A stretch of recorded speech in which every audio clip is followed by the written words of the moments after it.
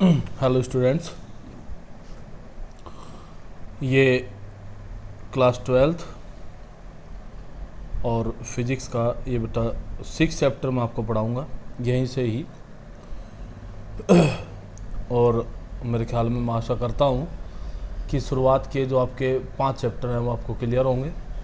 अगर किसी बच्चे को कोई प्रॉब्लम है, उनमें भी कोई क्वेरी है, तो जो कैपेसिटर वाला पार्ट है वो तो देखो मैं अपलोड कर चुका हूँ बेटा इसके ऊपर, उसको तो मैं आपको एकदम सेंड कर दूंगा लिंक, और आप देख भी सकते हैं। चैनल को जो भी देखे बेटा सब्सक्राइब ज़रूर करें, एक बार बेल आइकन को दबाएं जिससे कि आपको नोटिफिकेशन जो है वो दिया जा सके। क्लियर है बात? तो ये, और उसके अलावा भी अगर किसी को कोई डाउट है, कोई प्रॉब्लम है बेटा, ठीक है, वो आप अपना क्लियर करा सकते हैं। किसी भी टाइम में आपको वीडियो अपलोड करके दे दूंगा। आप मैसेज कर दें मुझे, कमेंट बॉक्स में कर दें, या फिर ये मान के चलिए आप जो ग्रुप बना हुआ है आपका, ठीक है, आप उस पर कर सकते हैं। ये आपका 6 चैप्टर है, जैसा कि मुझे बोला गया स्कूल की तरफ से कि 6 चैप्टर से आपको पढ़ाना है। तो 6 chapter in 12th class physics, ये होता है बेटा आपका इलेक्ट्रोमैग्नेटिक इंडक्शन। बोर्ड के सॉरी बोर्ड के पॉइंट ऑफ व्यू से अगर देखा जाए तो एक बहुत ही इम्पोर्टेंट चैप्टर है, और बोर्ड के पॉइंट ऑफ व्यू से नहीं, वैसे भी बेसिकली अगर हम देखें तो जो चमत्कार हम अपने चारों तरफ फिजिक्स में, देखो चमत्कार तो बहुत सारे होते हैं, लेकिन फिर भी जैसे फैन है घूम गया, मोटर है चल गई, ये सारी चीज़ें हमें, जब तक हम इनके बारे में अच्छे से एक तरीके से नहीं पढ़ते हैं, तब तक हमें ये सब जादू लगता है कि ये क्या हो रहा है। करंट आया, चलाया, पंखा घूम गया, आपको हवा देने लगा। क्लियर है बात? उसके बाद में समरसीबल है आपका, घरों में सबके लगे होंगे, आपने स्विच ऑन किया, एकदम से घूमना शुरू हो गया। तो कहने का मतलब ये है कि ये जब तक हमें पता नहीं लगता बहनी में क्या हो रहा है अंदर, ठीक है, तब तक ये हमें सारी चीज़ें जादू ही लगती है। और फिजिक्स देखो बेटा एक जादू ही है, ठीक है।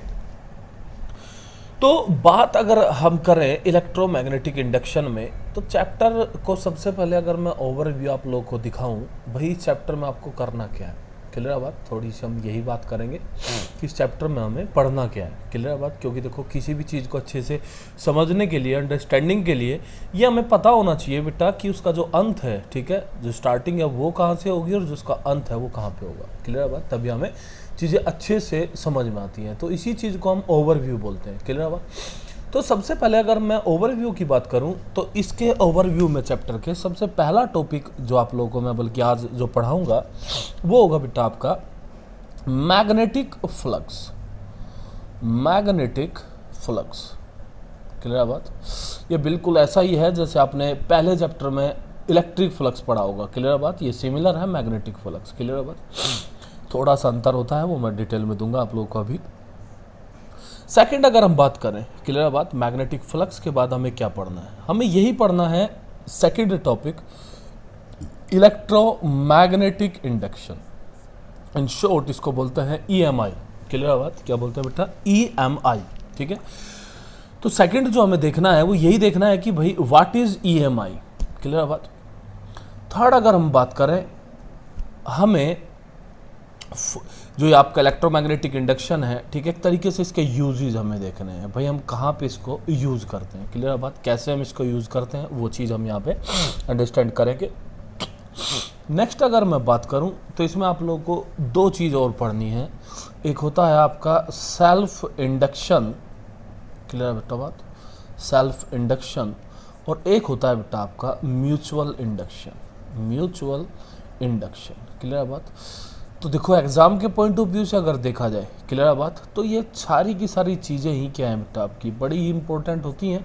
एग्ज़ाम में इनमें से कोई भी चीज़ आ सकती है, लेकिन हमें एग्ज़ाम से रिलेटेड यहाँ पे बात नहीं करनी है। ठीक है, एग्ज़ाम में तो नंबर खुद पे खुद आ जाएंगे। ठीक है, फिजिक्स को फील कीजिए बेटा। देखो यही मेरी एक रिक्वेस्ट है आप लोगों से कि अब तक पता नहीं आप लोगों ने किस तरीके से फिजिक्स को देखा है। ठीक है, मैं समझता हूँ जो पिछले टीचर थे आपके, उन्होंने अच्छा ही पढ़ाया होगा आपको। सभी टीचर अच्छे होते हैं, सभी अच्छा पढ़ाते हैं। क्लियर बात? अपनी तरफ से पूरा 100% देने की सबकी कोशिश होती है।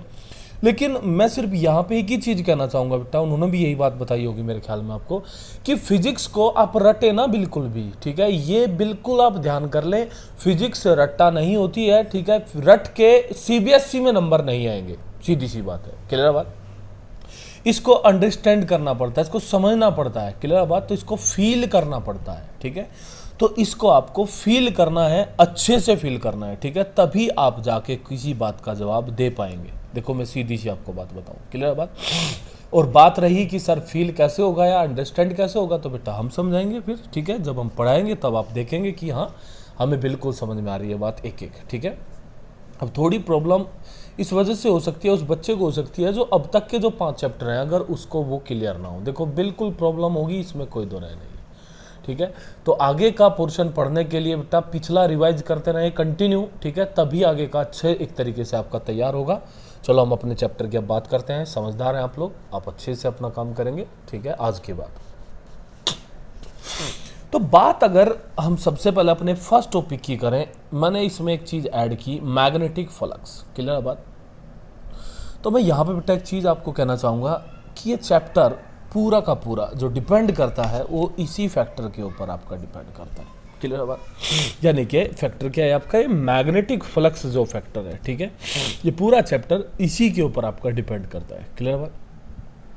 तो सबसे पहले अगर बात हम करें भाई मैग्नेटिक फ्लक्स क्या होता है, ठीक है, तो इस चीज़ को समझने के लिए आपको थोड़ा सा मैं पीछे लेके जाऊंगा। जो फर्स्ट चैप्टर आपने पढ़ा था और वहां पे एक चीज़ पढ़ी थी आपने, इलेक्ट्रिक फ्लक्स, क्लियर बात।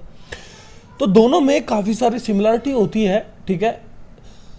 तो सिमिलरिटी में अगर हम देखें और इलेक्ट्रिक फ्लक्स की अगर मैं बात करूं, तो इलेक्ट्रिक फ्लक्स हमने क्या पढ़ा है बेटा आपका, हमने पढ़ा है कि number of electric field lines passing perpendicular through any surface, clear बेटा बात। मैं इसको लिख देता हूं, नंबर ऑफ, मैं किसकी बात कर रहा हूं, मैं मैग्नेटिक फ्लक्स की बात नहीं कर रहा हूं, अभी मैं बात कर रहा हूं बेटा आपका इलेक्ट्रिक फ्लक्स की। क्योंकि बेटा देखो अगर ये आपको पता है तो मुझे नहीं लगता मुझे इसमें कुछ एक्सप्लेन करना पड़ेगा आपको। तो इलेक्ट्रिक फ्लक्स की अगर मैं बात करता हूं, तो इलेक्ट्रिक फ्लक्स क्या पढ़ा हमने पढ़ा है भाई number of electric field lines, clear बेटा बात, electric field lines passing perpendicular to any surface, clear बात। यानी कि जो इलेक्ट्रिक फील्ड लाइंस जिससे इलेक्ट्रिक फील्ड जनरेट होता था, आपने पढ़ा था स्टार्टिंग में कि जिससे इलेक्ट्रिक फील्ड जनरेट होता है, ठीक है, जो इलेक्ट्रिक फील्ड को लेके चलती है आगे, उसको हम क्या बोलते हैं बेटा आपका, उसको हम बोलते हैं इलेक्ट्रिक फील्ड लाइंस, क्लियर बात। तो number of electric field lines passing perpendicular, ये इसमें कंडीशन होती है, क्लियर बात, कि वो जो आपकी फील्ड लाइंस है वो सरफेस के साथ कैसी होनी चाहिए बेटा आपकी, वो परपेंडिकुलर आपकी गुजरनी चाहिए, ठीक है। तो एनी सरफेस, कोई भी हो सरफेस हो सकता है, किसी भी शेप का वो सरफेस हो सकता है, मीन्स सर्किल हो सकता है आपका, ठीक है। उसके बाद में कोई स्क्वायर हो सकता है, कोई रेक्टेंगल हो सकता है, कोई क्यूब हो सकता है, ठीक है। तो कोई भी शेप हो, शेप से हमें कोई मतलब नहीं होता, हमें मतलब होता है खाली किस चीज से, कि वो जो पास करे तो वो कैसे पास करे बेटा आपका, खाली परपेंडिकुलर एक तरीके से आपका पास करे वो, क्लियर बेटा बात। तो परपेंडिकुलर अगर वो पास करती है आपकी, ठीक है,